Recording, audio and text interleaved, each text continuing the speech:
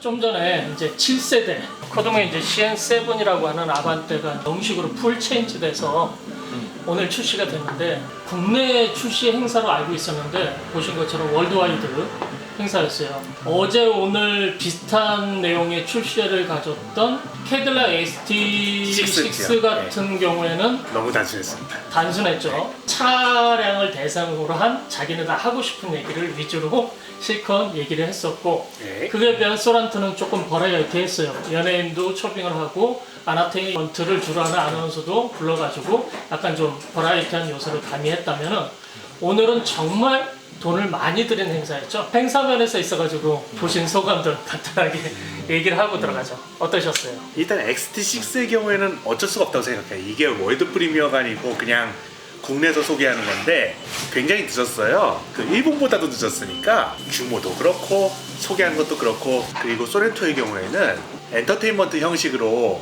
애를 썼고 좋은데 그만큼 자동차에 대한 정보는 좀 많이 부족하지 않았나. XT6나 아니면 소렌토 같은 경우는 토크쇼 형식을 배웠고, 그렇죠. 오늘 보시신 CN7 이제 아반떼는 대규모 이제 쇼였죠. 그렇죠. 버라이어티한 요소. 그리고 인포를 겸한 인포테인먼트 형식을 많이 띄었었는데, 네. 안 기자는 어떻게 보셨어요?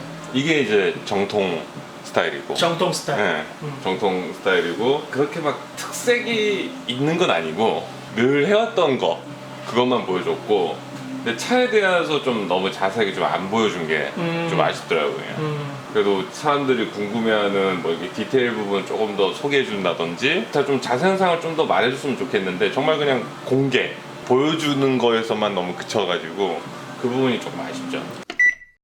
근데 이미지를 박아놓는다는 면에서는 아반떼가 잘했다고 생각해요. 왜냐면은 그 말 마시는 분이 이렇게 딱 누르면 삼각형이 팍 뜨고 이제 그렇죠.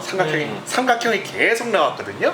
뭐가 느껴졌냐면 현대차의 한이 느껴진 것 같았어요. 전 세대 페이스리프트 모델을 삼각대라고 계속 놓였지, 그러면 타면 삼각형을 아예 그냥 쫙 깔아주마, 거의 그런 느낌. 전면 도배. 네. 약간 세뇌시키려고. 세뇌까지. 네, 세모로 세뇌시키겠다. 지금 현재 이제 코로나 때문에 차트가 짧게 끝날 것 같지는 않아요. 그렇죠. 길게 간다고 봤을 때는 전면적인 출시회가 지금 같은 성격으로, 온라인 성격으로 대체가 될 것 같은데, 그런 차원에서 본다면은 또 마케팅 관계자들이든지 종사분들이 오늘 본 것 같이 엔터테인먼트적인 성격을 더 빌어서 네. 재미있는 생방송이 될 수 있도록 준비를 하는 게 더 필요할 것 같다. 그런 생각이 든 아주 흥미로운 내용의 출시였다고 생각합니다. 오늘 실물이 공개가 됐습니다. 온라인이긴 하지만 각자 보신 내용 토대로 어떤 내용들을 보셨는지 외관적인 측면에서부터 얘기를 한번 해보시죠. 저는 새로 나온 아반떼 디자인의 장점 하나 꼽자면 커 보인다. 커 보인다. 네. 뭐 실차를 지금 보지 못해가지고 그 정말 실제적인 체감은 모르겠는데, 이렇게 영상이나 사진으로 보면 한 소나타 정도로는 보이거든요, 사이즈가. 많이 크네요. 중준형급에서는 커 보인다는 게 아무래도 장점이기 때문에 요즘 좀 새거먼트 좀 경계선이 좀 뚜렷하지가 않거든요. 경계선 파괴. 네, 갈수록 차는 커지고 이러고 있기 때문에 아마 이 차가 지금 예전으로 치면 한 XG만 할 것 같거든요, 제 생각에는. 많이 크네요. 일단 사이즈가. 길이가 4,650mm니까 그렇게 얘기하니까 실감나네요. 얼마나 커졌는지.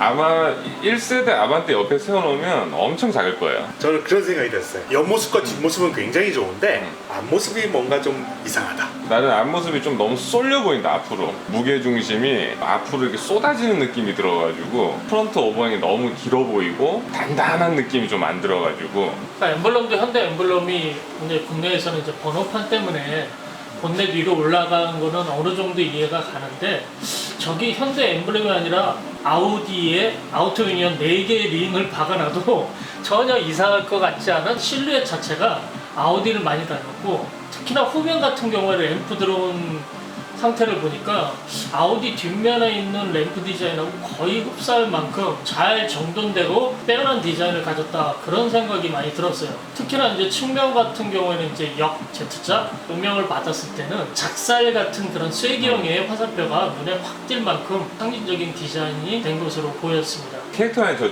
Z를 이렇게 한 게 예전에 그 BMW Z 시리즈에서 저걸 했었거든요. 근데 그래요? 그쪽은 프론트 팬더 쪽에만 이렇게 Z를 딱 넣어가지고 예쁘게 썼는데 이게 지금 잘못 얼핏 리플렉션 딱 받아버리면 차 찌그러진 것처럼 보이거든요. 아, 이게. 그럴 수도 네. 있겠네요. 전면 디자인을 봤을 때는 굉장히 좀 실험적인 디자인.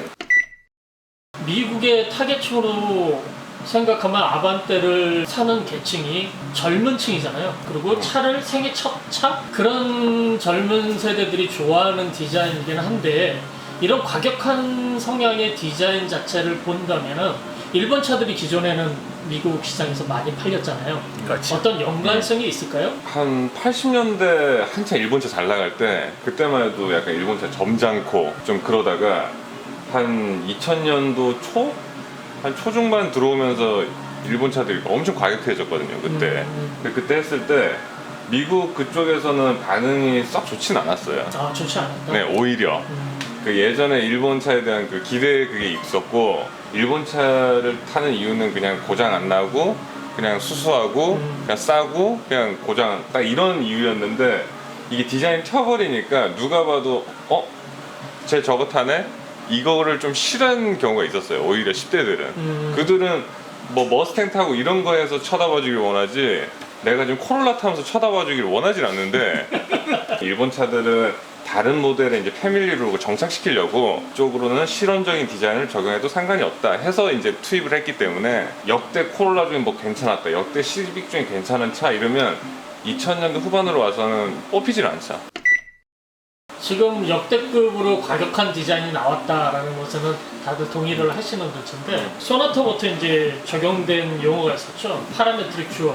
지금 보면은 소나타 센슈에스에 적용된 그릴 패턴 그 네. 무늬가 거의 동일해요. 근데 이번에는 또 파라메트릭 듀얼이 아니라 파라메트릭 다이나믹스라는 용어를 또 썼어요.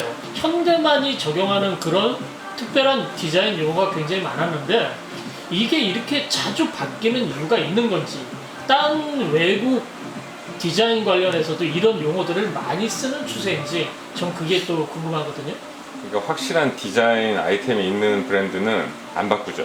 안 바꾼다. 네, 아이덴티티로 딱 되어 있으니까 바꾸질 않는데 현대 입장에서는 지금 뭐 헥사곤부터 해가지고 지금 계속 시도를 해보는 아, 거예요 맞다. 그냥. 헥사고널도 있어. 네, 그거부터 출발해가지고 뭐 하나 얻어 걸려라. 얻어 걸려라. 얻어 걸려라. 그리고 그러면 내가 정착시켜줄게. 딱 지금 그거 하는 것 같아요. 그 후로 난 이름도 모르겠어. 센시어스 투포티니스 이전에 플루이딕 스컬프처. 너무 어려워. 네, 플루이딕 스컬프처는 사실 상당히 좋은 디자인 언어였어요. YF 때부터 아반떼 이전 세대 AD까지만 해도 쭉 이어져온 플루이딕 스컬프처였는데 이게 센시어스 스포티니스를 내세우기 시작한 게 이상엽 디자이너부터거든요. 그는 왜 플루이딕 스컬프처를 계승하지 않았는가? 거물의 디자이너 한 명 왔을 때 뭔가 보여줘야지 너무 열정만 넘치는 거예요. 근데 자기가 잘 나갈 때 전성기 때 그 디자인 영감과 그런 거는 이미 다 쏟아 부은 상태거든.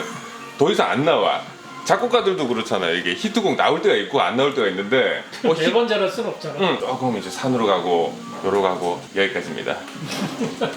아 근데 이상형 산물을 제가 좀 약간 뭐 다르게 좀 변호를 하자면 벤틀리에 있다가 온 사람이잖아요. 어떻게 보면. 그러면 브랜드가 지향하는 바가 너무 다르기 때문에 벤틀리는 뭐 경영진이랑 싸울 것도 별로도 없고 최대한 멋있게 우아하게만 만들면 되는 거고 여기는 뭐 이렇게 하면 엔지니어들이 그렇게 부품 금형 뜨면 단가가 올라간다 하면 다시 수정하고 뭐하고 하고 그러다 보면 이제 요렇게 민족적 성향이란 것도 결코 무시할 수 없는데 대한민국은 여러모로 참 액티브하고 역동적인 민족 같아요. 그러니까 자주 변해해야 되고 호응도가 떨어진다 했을 때는 가차없이 그리고 과감하게 바꾸는 그런 성향들이 차에서도 많이 투영이 된다라는 느낌을 지울 수는 없어요. 그래서 디자인 용어도 굉장히 지금 너무 복잡하고 그만큼 빨리 변하는 것 같고 어느 장단에 맞춰가지고 해야 될지 모를 정도로 용어가 많은데 그 주기가 빠르고 그 다음에 지금 페이스리프트 같은 거에도 거의 풀 체인지급 변화들을 많이 적용하는데 그런 면에 있어서는 독자들은 장점이 많다 그렇게 생각할 수는 있을 것 같긴 합니다. 네. 자 그럼 봤는데 난 이거는 좋고 이거는 나쁘게 봤다 하나씩 꼽아서 한번 얘기를 한번 해볼까요? 이 뒷모습이 세단인데도 완전히 패스트백 라인으로 갔거든요. 이 라인 자체가 굉장히 좋더라고요. 쫙 뻗어서 탁 공기 흘러가라 쫙 뽑아내는 게 딱 스포티하고 좋아요. 아반떼 N라인 모델 나온다 그러면 여기다가 이제 카본 리어링 하나 딱 얹어주면은 더 스포티해질 것 같아요. 아반떼도 그렇고 요즘에 차들이 좀 마음에 안 드는 부분이 있어요. 헤드램프가 앞바퀴 위까지 침범하는 경우가 되게 많거든요. LED 기술도 발전하고 했으니까 그냥 헤드램프는 얄쌍하게 만들고 끝냈으면 더 좋지 않았을까. 좀 짧았으면 좋겠다. 네. 안 기자는요? 저도 연장선상으로 그 헤드램프 때문에 또 앞이 너무 길어 보여요. 전륜구동이지만 뭐 AD, MD만 해도 그리 안 길어 보였거든요. 후륜구동 차들은 힐하우스와 이제 그 램프 사이 간격이 좀 좁고 전륜구동들은 이제 좀 간격이 좀 멀어져 있는데 착시 현상 주려고 보통 이렇게 밀착시켜 놓는 경우가 있는데 어느 각도에서 보면 괜찮아 보여도 예를 들어서 약간 쿼터뷰 정도에서 보면 엄청 길어 보이거든요. 그래서 조금 측면 비율이 좀 아쉽게 된 거? 그거가 제일 좀 별로인 것 같고 저도 뒷모습은 좋은 것 같아요. 라인은 시빅을 많이 쫓았어요. 시빅이 세단하고 해치백하고 잘 구분. 애매한 라인 선상에 했는데 딱 지금 그 라인을 놨고 테일램프는 약간 A7이랑 비슷한 것 같고 일단 전통적인 세단 비율보다는 스포티한 모습을 갖추게 된 거는 장점이라고 저도 생각을 합니다. 자, 그러면은 실내 디자인을 실내로 가볼까요? 한번 네. 가보시죠. 실내만큼은 정말 어디 뭐 독삼사에 비교해도 절대 떨어지지 않는 디자인이라고 보는데 기자분들은 어떻게 보셨는지. 디자인은 GV80 느낌 많이 나는 것 같아요. 물론 뭐 소재랑 이런 거 다른 거 썼겠지만, 그렇겠죠. 네, 뭐 이렇게 송풍구가 여기 교수석까지 이어지는 거 저런 라인하며 돌출형 디스플레이라든지 이제 앞으로 현대가 인테리어는 이런 식으로 가져가는 것 같아요. 이제. 현대가 잘하는 게 소재 비싼 돈 안 들이고 싸 보이게 하는 거는 정말 잘 막아놔요. 아, 네.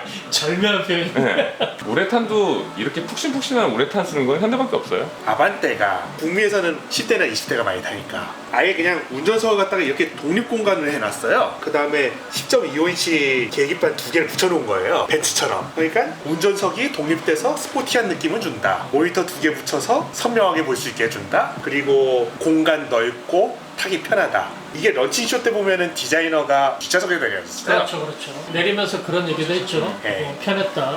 시내는 제 기준에서는 합격. 아, 실내는 합격이지. 합격을 넘었지. 그렇지. 뭐 동급 최고죠.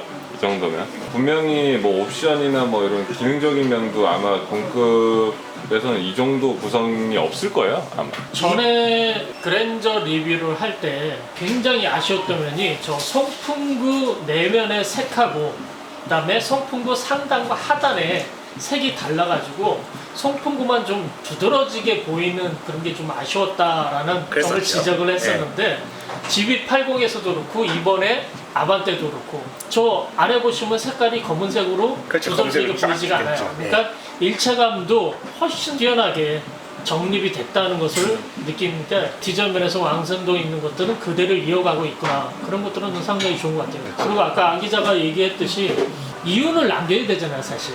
그러니까 어떤 부분은 싼 거를 써야 되고 어떤 부분은 도달해서 좋은 재질을 쓰는데 그 좋은 부분과 안 좋은 부분의 이질감이 느끼지 않도록 만드는 기술은 정말 현대기아가 정말 잘하고 있는 것 같아요.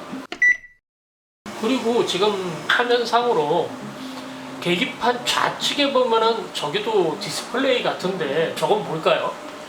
이거는 저도 사진에만 나오니까 그렇죠. 도저히 모르겠어요. 뭐 수온이나 유온 같은 게 숫자로 뜨면서 위험하다고 알려주거나 터보 모델이면은 부스트와 유압 게이지가 있어가지고 그런 거였으면 좋겠는데 지금 보면은 분명히 그냥 모양은 아닌 것 같고요. 무슨 디스플레이가 있는 것 같기는 한데 안 기자는 어떻게 생각하세요? 아마 그냥 버튼 누르면 네. 뭐 고정식이 아니고 그냥 원하는 정보를 띄울 수 있을 거예요 아마. 그래서 유온 보고 싶으면 누르면 유온이 나오고 뭐 수온 보고 싶으면 수온이 나오고 뭐 타이어 앞 보고 싶으면 타이어 앞이 나오고 아마 그렇게 그냥 여러 가지 정보를 그냥 돌려가면서 볼 수 있는 아마 창이 아닐까. 만약에 저거를 디스플레이로 활용을 한다 그러면 개인 설정에 따라 가지고 자기가 원하는 정보를 띄울 수 있는 그렇게 세팅이 그렇죠. 가능한 그런 유틸리티 정보창으로도 활용할 수 있겠네요. 아무튼 사진만으로도 실외든 아니면 실내 디자인이든 상당히 완성도 높고 그 다음에 기존의 그런 정형화된 이미지가 아니라 굉장히 역동적인 이미지 그리고 참신한 이미지로 전부 다 디자인이 됐다는 것을 확인할 수 있었습니다. 아반떼는 뭐 기대를 저버리지 않을 거다. 분명히 잘 달릴 거고, 잘 돌 거고, 잘 쓸 거고, 실내 구성도 가격 대비 정말 짱짱하게 나올 거고. 전반적으로 정리 측면에서 보면은 아반떼에 국한하지 않고 앞으로의 친환경 미래 전략을 자동차 라인업을 통해 가지고 비전을 제시한 측면의 행사였고, 네. 두 번째로는 퍼포먼스를 이용해서 행사면에서 많이 꾸렸던 신차 출시 행사였다고 생각합니다. 앞으로 행사를 진행하게 될 많은 신차 후보군들도 이런 행사 참고해가지고 더 볼거리가 많은 내용이 좀 충실한 그런 출시 행사를 기획해가지고 발표를 해줬으면 좋겠다라는 것이 결론이 되겠네요. 자, 지금까지 아반떼 7세대 풀체인지 모델 신차 출시를 보고 나서 이런저런 에디톡을 한번 해봤습니다. 아반떼의 앞날도 같이 응원을 하겠습니다. 이것으로 에디톡 마치겠습니다. 수고하셨습니다. 수고하셨습니다. 근데 이거 솔직히 출시 행사 돈 엄청 받은 건데 다른 회사에서 이거 가능해요? 이 정도로 하려면